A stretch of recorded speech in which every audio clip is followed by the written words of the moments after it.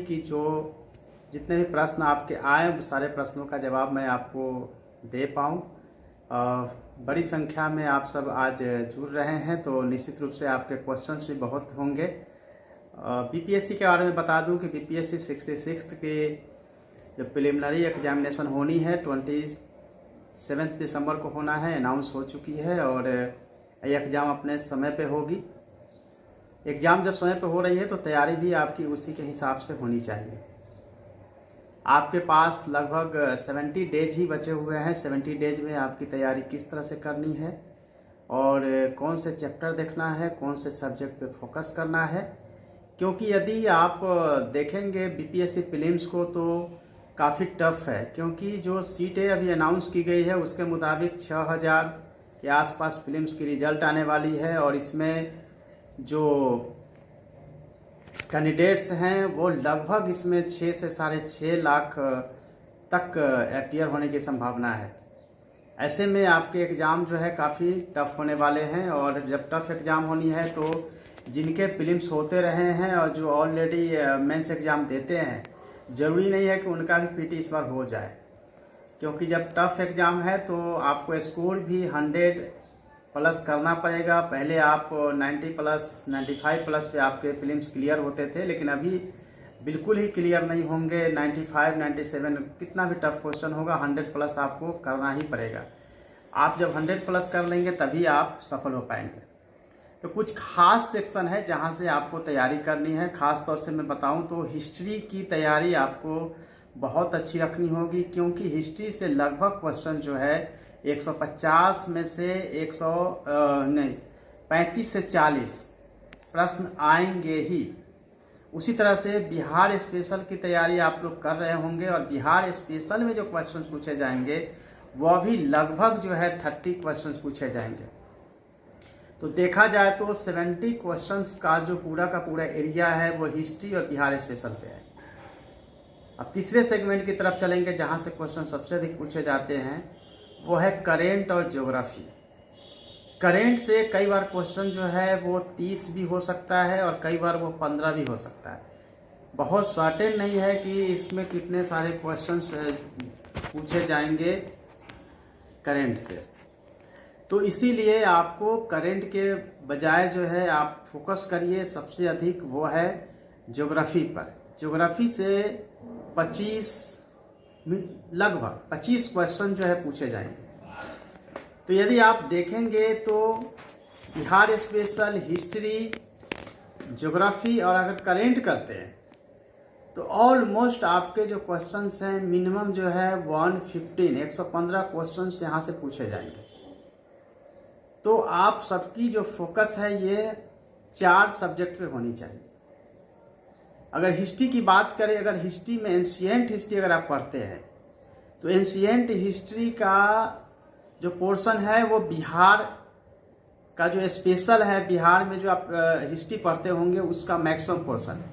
यदि आप ancient history को अच्छे से तैयारी करते हैं तो आपके बिहार के हिस्ट्री की तैयारी हो जाती है, स्पेशली जो एंशिएंट पीरियड का है, क्योंकि आप सबको पता है कि एंशिएंट हिस्ट्री का मैक्सिमम जो पोर्शन है वो पाटलिपुत्र और पटना से जुड़ा हुआ है, यानी कि बिहार से जुड़ा हुआ है। तो आपकी एक साथ दोनों की तैयारी होती है, तो आपको इस हिसाब से तैयारी रखनी चाहिए।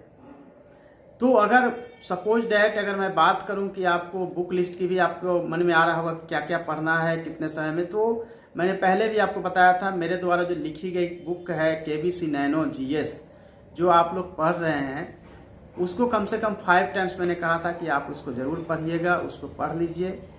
साथ ही बिहार स्पेशल के लिए समग्र बिहार केबीसी नैनो की बुक है वो, और क्राउन पब्लिकेशन की, दोनों में से दोनों बुक को आप पढ़िए, क्योंकि फैक्चुअल अगर आप देखेंगे दोनों के फैक्ट अलग अलग होंगे, इसलिए दोनों को पढ़ना बहुत जरूरी है। और मैंने कहा था परीक्षा मंथन या प्रतियोगिता दर्पण दोनों में से कोई भी करेंट के लिए पढ़ने के लिए, और ज्योग्राफी के लिए महेश वर्णवाल की बुक आपको पढ़नी होगी। तो यदि देखा जाए तो इतना अगर आप करते हैं तो आपके जो प्रीलिम्स क्लियर करने की संभावना है वो 100% हो जाती है। लेकिन यह जरूर आप ध्यान रखेंगे कि जब आप प्रिपरेशन कर रहे हैं तो आपको एक एक चैप्टर को बहुत अच्छे से पढ़नी होगी, कम से कम 5 बार पढ़नी होगी, हर एक चीज़ को याद करनी होगी। अगर समझ में नहीं आता है तो रट जाना होगा, क्योंकि आप सबने देखा होगा प्रीवियस ईयर्स के क्वेश्चंस जो कि मैंने विश्लेषण किया है, उससे यह पता चलता है कि क्वेश्चन जो है वो कहीं ना कहीं डायरेक्टली इनडायरेक्टली कुछ कुछ रिपीट होते हैं, लेकिन क्वेश्चंस पूछने का जो ट्रेंड है वो यह बताता है कि क्वेश्चन जो है वो डीपली भी पूछे जा रहे हैं, पहले की तरह सतही क्वेश्चन नहीं पूछे जा रहे हैं। इसीलिए अपेक्षा यह की जाती है कि आपकी जो नॉलेज है वो बहुत अच्छी होनी चाहिए। और चूंकि आपके कंटिन्यू जो क्वेश्चंस हैं वो आ रहे हैं, और कोशिश करूंगा कि सभी क्वेश्चंस को मैं ले पाऊं।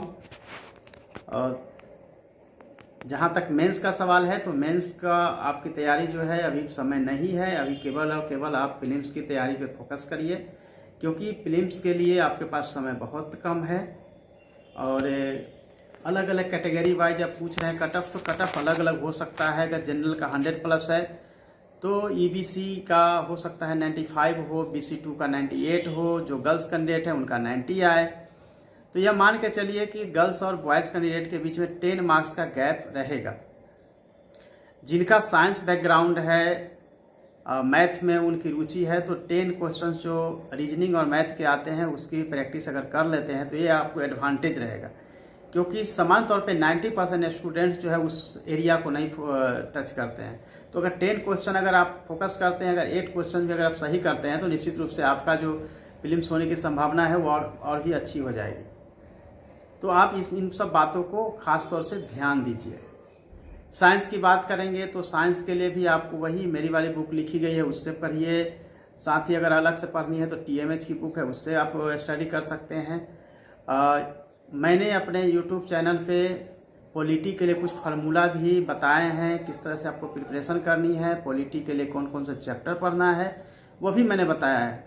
उसी तरह से आगे के सेशन में हम आपको ज्योग्राफी, हिस्ट्री, साइंस के भी कुछ जो जरूरी चैप्टर्स है वो बताएंगे। जैसे सपोज डेट की अगर साइंस की बात करें तो उसमें खास तौर से बायोलॉजी से क्वेश्चन पूछे जाते हैं। बायोलॉजी में भी ह्यूमन बॉडी से संबंधित जितने भी है, विटामिन्स है, आपकी रक्त है, रक्त धमनियाँ है, जितने भी बॉडी से रिलेटेड है, अपने ह्यूमन बॉडी से उसी से रिलेटेड ही क्वेश्चंस पूछे जाते हैं। जब आप साइंस पढ़ते हो तो कभी गलती से भी प्लांट्स और दूसरे सेक्शन को आप मत टच करिए, क्योंकि वहाँ से क्वेश्चंस नहीं पूछे जाएंगे।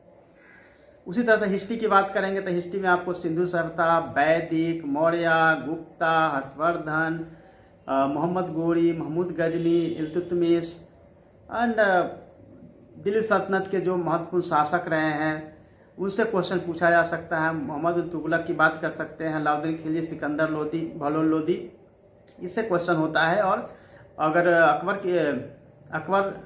बाबर से क्वेश्चन बहुत कम कभी कभी पूछे जाते हैं कि अकबर, शाहजहां, जहांगीर और औरंगजेब से क्वेश्चन ज़्यादा होता है मुगल काल की अगर हम बात करें। और फ्रीडम मूवमेंट में अगर देखेंगे तो 1905 से लेकर 1947 तक के पीरियड को अगर आप देखेंगे तो वहीं से क्वेश्चन मैक्सिमम होता है। 8057 अलग से आप पढ़ लीजिए, और जितने भी एक्ट है वो उसको आपको पढ़ने की जरूरत पड़ेगी। उसमें भी अगर आपको सिलेक्टिव होना है तो 1920, 1930, 1942, 1947 इन सब पीरियड के क्वेश्चन से ज़्यादा प्रश्न पूछे जाते हैं। लेकिन आप यह जरूर देखिएगा कि पिछले 8 साल के क्वेश्चंस में जो पूछा गया है वो क्वेश्चन पे आप खास तौर से फोकस करिएगा, तो आपकी तैयारी जो है वो सही दिशा में जा पाएगी। क्वेश्चंस जो है जिस तरह से आपके आ रहे हैं, क्वेश्चंस जो पूछे जा रहे हैं उसमें मैक्सिमम यही होता है कि कितने घंटे की पढ़ाई करनी है, तो कम से कम अभी जो है 8 से 10 घंटे की पढ़ाई प्रतिदिन एक जो है प्रैक्टिस सेट आपको सोल्व करनी है। अरिहंत पब्लिकेशन की प्रैक्टिस सेट है, प्रीवियस 8 ईयर्स के क्वेश्चंस है, उसको उस सेट को करना है। तो आपकी जो कॉन्फिडेंस है वो अच्छा होता चला जाएगा। लेकिन याद रखिएगा, आप जब प्रैक्टिस सेट को बना रहे हैं तो कम से कम जो है 100+ होते रहना चाहिए। अगर कम हो रहा है तो आप देखिए कौन से सेक्शन से आपके क्वेश्चंस नहीं बन रहे हैं या गलत हो रहे हैं, उस सेक्शन को फिर से रिवाइज करिए।